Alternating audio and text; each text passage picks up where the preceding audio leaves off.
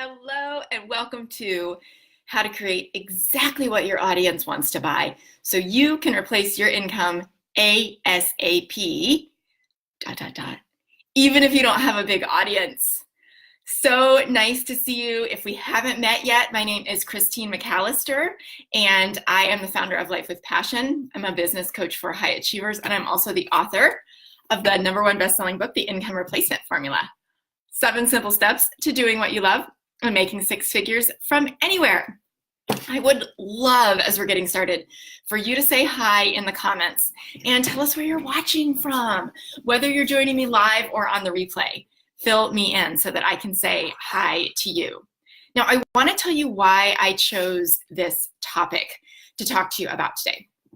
The reason is I have been hearing from a lot of people lately about how they are feeling overwhelmed or anxious or frustrated or down about how to figure out what in the world to offer, what in the world to price it at, and what in the world people are even buying, right? Kind of makes them want to pull their hair out. So here's what I typically see happening. We get excited about an idea and we decide that the first thing that we do when we get excited and inspired about an idea is maybe we go onto our favorite social media platform, Facebook or Instagram, and we start looking for people doing that same thing, or we do a Google search for it. We start looking for people doing that same thing, and we find that there are other people doing that same thing, and that they have beautiful brands, and they have really amazing offers, and everything looks really good and cohesive, and they have a lot of followers. And we go, wah, wah. That's depressing because they're already so far ahead of me. I want to know if you have ever felt that way, because I know I have, right? I've totally been guilty of this. But it's something that I've been hearing from a lot of high achievers lately that they've been doing. They're like, oh, I'm going to do this thing. I was so inspired. I think I could really help in this area. And then they go and they find people who are doing it and have been doing it for longer and have a bigger following and have all of the things that they wish they have. And they're like, there's no space for me. Have you ever felt that way? Melissa says, hi, watching from Waco, Texas. Love it. Love Waco. Went to grad school there. Melissa says, yes. Okay. Awesome. So here is what we're going to talk about today. How to break through that and show up anyway. Because I could tell you like the cute stuff about like how everybody who's made it has started out with 0 audience. And yes, that is true. But I want to give you the practical steps to help you create exactly what your audience, even if you don't have a big one, or even if you don't feel like you have one at all, you do, what those people want to buy from you so that you can replace your income ASAP, because that's what this is all about, right? Replacing that income. So here's what I want you to do. I first want you to give yourself permission that it doesn't have to be complicated. It can be very, very simple, and that's what we're talking about today. How to create this with simplicity without it having to be this huge fancy thing that the person at who's the leader in your industry is doing. It doesn't have to be fancy. You don't need a fancy website. You don't need a logo. Please don't let that be the first investment you make in your business. You don't need a million business cards. You don't need to go to a million networking events. It doesn't have to be fancy, and it doesn't have to be complicated. All right, here's where I want you to start. I want you to start with figuring out your niche. If you're watching this live or on the replay, how many of you know your niche? If you know your niche, I want you to pop it in the comments. Pop it in the comments and let me know that you know your niche. This is crooked. It's driving me crazy. Looking at it backwards. Let's crooked the other way. Cool. Do you know your niche? Guys, a little bit of a hot mess today. Fee just moved into the 2-year-old classroom. And she's, for the first time, she like clung on to me when I tried to drop her off. Normally she's like, ah, party time.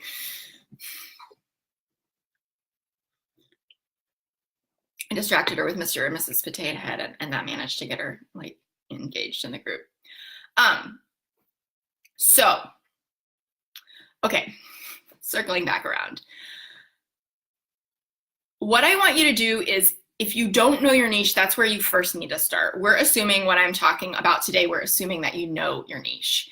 If you don't know your niche, I have a great little self-study program that you can check out to get you super, super clear within like a few minutes on who you serve and develop the confidence to serve them. And that's called, that's Know Your Niche. And we'll pop the link here in the comments if you want to check that out. It's $29. Everything else flows out of knowing your niche. Okay, so that's thing one. I want you to know your niche. Assuming that you know your niche, it's time to do some very simple, uncomplicated, unofficial market research with them. Now, if that freaks you out, what I mean is simply just having some conversations. Having some conversations with people who are in your niche. So example, when I started doing this work, I knew that my niche was high achievers who were feeling frustrated and stuck, not being able to get out and stay out of their jobs. I knew that. So I didn't have an audience. But what I did was I certainly had friends who were in that position. And I said, hey, I'm doing this new thing. Can we just have a conversation where I ask you some questions about like why you're feeling this way? What's keeping you feeling stuck? You know, what do you wish that you could solve? Heyo, there is the link to my Know Your Niche challenge, the Know Your Niche self-study program. Thank you, Melissa. Cheers. So you can check that out. So I just asked them some very simple questions to understand why they felt that way, what was holding them back from making a change, and what they wanted more of.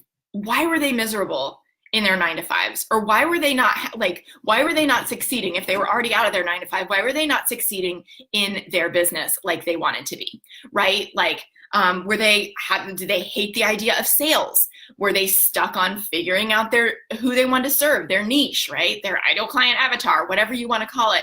Were they feeling overwhelmed? Were they freaked out to put themselves out there, right? And I got all of those answers. And I could totally relate to them because I had been them. So that is something super, super important to do. Talk to people in your niche, ask them these questions, and then either do it in such a way that you can actually record their answers, like on Zoom or something like that, or if you're doing it in person, like with a voice memo on your phone, or take furious notes. Because not only are you capturing the actual, the concepts, but we want to capture the actual way that your niche, people in your niche talk about the problems. The actual way they talk about the problems, right? That is actually getting into their head. Because then you have a better idea of exactly how they're thinking about their problem based on their words. So you want to capture them, right? So I heard things like, I'm feeling nervous, I'm feeling stuck, I'm feeling frustrated, I'm feeling drained, I'm feeling afraid that I'm never going to get to realize my true potential, I'm feeling afraid that I'm going to have to wait for retirement to be happy because that's what I keep getting told. I'm feeling like I'm going to miss my kids growing up because I'm never around and I only see them to wake them up and take them to school or daycare, or pick them up and give them dinner and get them ready for bed. I'm feeling sad that I don't have more time to travel. I want to see the world and not just on 2 weeks a year. I want to have money to do the things I love and not just pay the bills, right? I want to get rid of my debt. I want to maybe retire my husband. I want to take care of my family and my friends and be generous to the causes that matter to me. And none of those things were possible for them inside of these 9-to-5s that kept them feeling trapped and stuck and drained, right? And I was like, oh, totally, like writing down furiously, right? And also like, yes, I remember what that's like. Do any of you remember what that's like? I'd love to hear it. Let me know in the comments. So what I began to realize as a result of talking to these high achievers who wanted more out of their businesses or more out of their lives and their careers by getting out of their jobs and starting a business, whatever, is that they were feeling overwhelmed about where to go.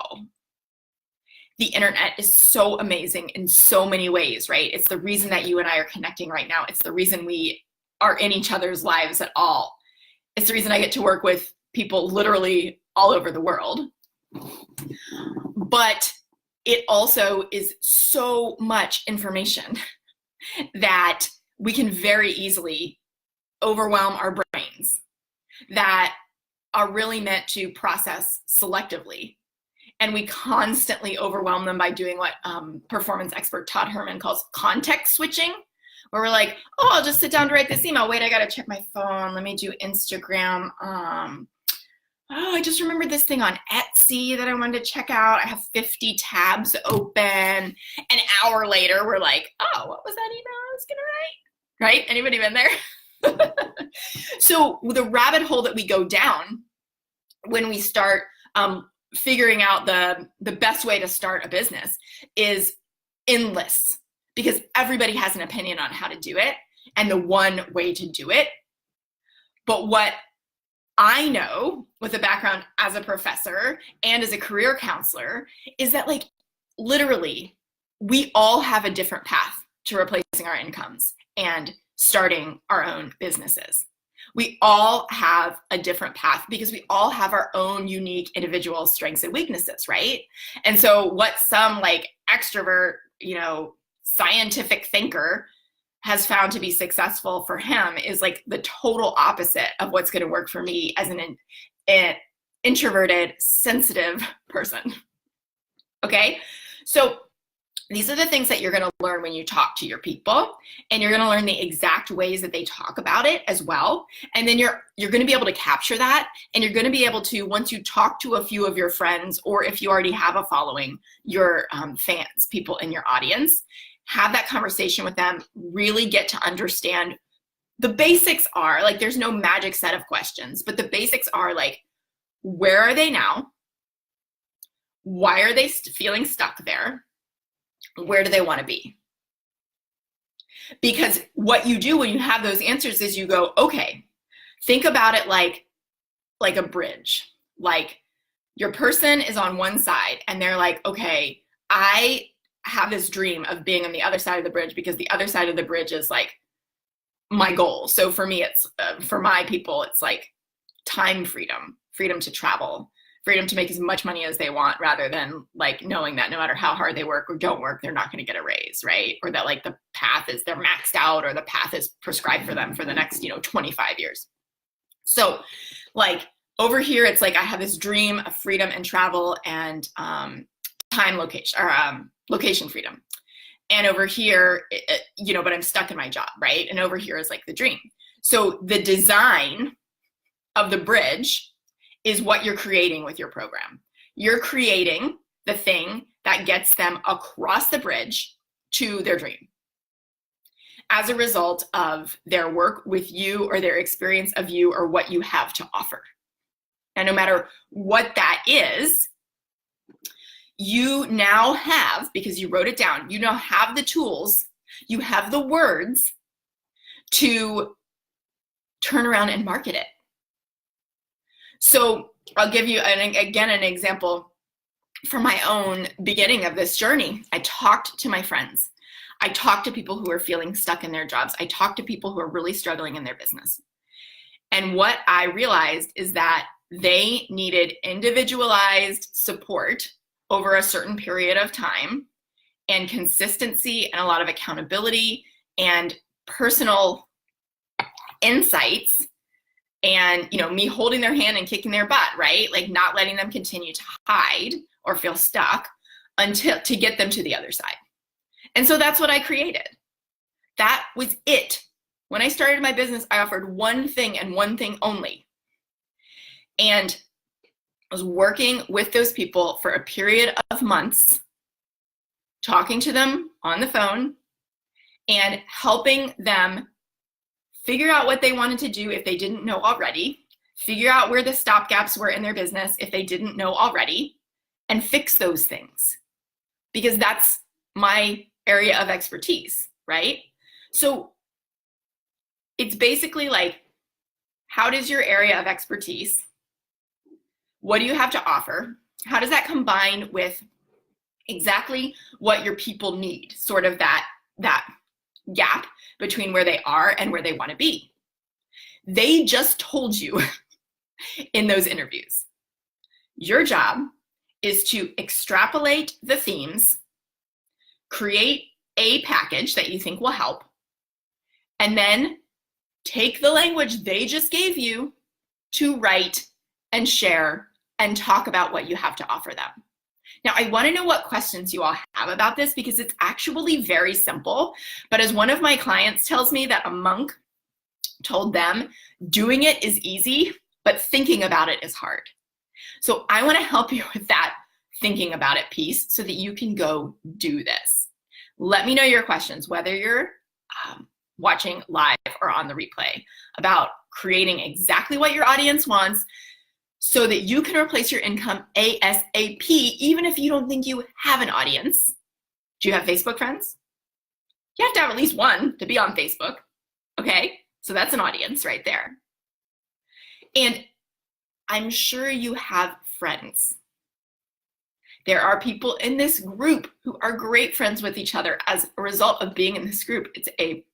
Or watching this in my Facebook group right now. It's a real live community where we support each other, right? So do you know anyone who you think you would like to help? I want you to talk to them about what they want out of their life, right? That's it. Does that feel scary? Does that feel overwhelming? Fill me in here. Give me some idea of like what goes through your head when I tell you to go and do this.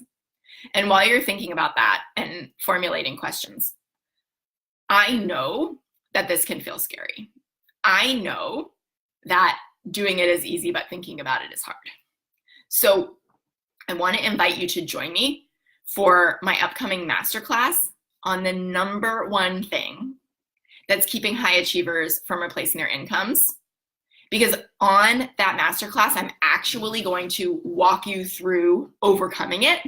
So by the end of it, you will have moved past that thing, that number one thing. I'm going to tell you what it is. I'm going to give you very simple strategies to overcome it on that masterclass. So I'm not just going to give you a huge to-do list to go home and do.